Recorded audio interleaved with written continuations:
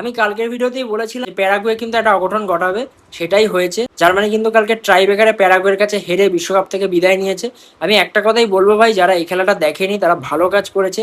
এত ফ্রাস্ট্রেটেড, এত বোরিং একটা ফুটবল হয়েছে। 90 মিনিট প্যারাগুয়ে পুরো ডিফেন্স করে গেছে। ম্যাচের একদম শুরুতে প্যারাগুয়ে গোল করে দিয়ে চলে যায়। সেখানে জার্মানির ডিফেন্সের কোনো মার্কিং ছিল না, কিছুই ছিল না। পুরো ম্যাচটা প্যারাগুয়ে ডিফেন্সিভ ফুটবল খেলে। সেখান থেকে জার্মানি একটা টাইমের পর এক এক করে কাই হাভার্টজের গোলে তারপর ম্যাচটা এক্সট্রা টাইমে গড়ায়। সেখানে জার্মানির কোচ কিছু কিছু চেঞ্জ করে, তারপর এক্সট্রা টাইমে গিয়ে জার্মানি প্রচুর অ্যাটাক করছিল, বাট সেখানে কাজের কাজ কিছুই হয়নি। জোনাথন টায়ের একটা গোল, সেটা কিন্তু ফাউলের জন্য বাতিল হয়ে যায়, যেটা নিয়ে কন্ট্রোভার্সি চলছে এখন। তারপর ট্রাইব্রেকারে গিয়ে প্যারাগুয়ে কিন্তু বাজিমাত করে দেয়, জার্মানিকে কিন্তু ফুটিয়ে দেয়। প্যারাগুয়ের গোলকিপার কালকে কিন্তু অসাধারণ খেলেছে। বলবো জার্মানি রাউন্ড অফ 32 থেকে ফুটে গেছে।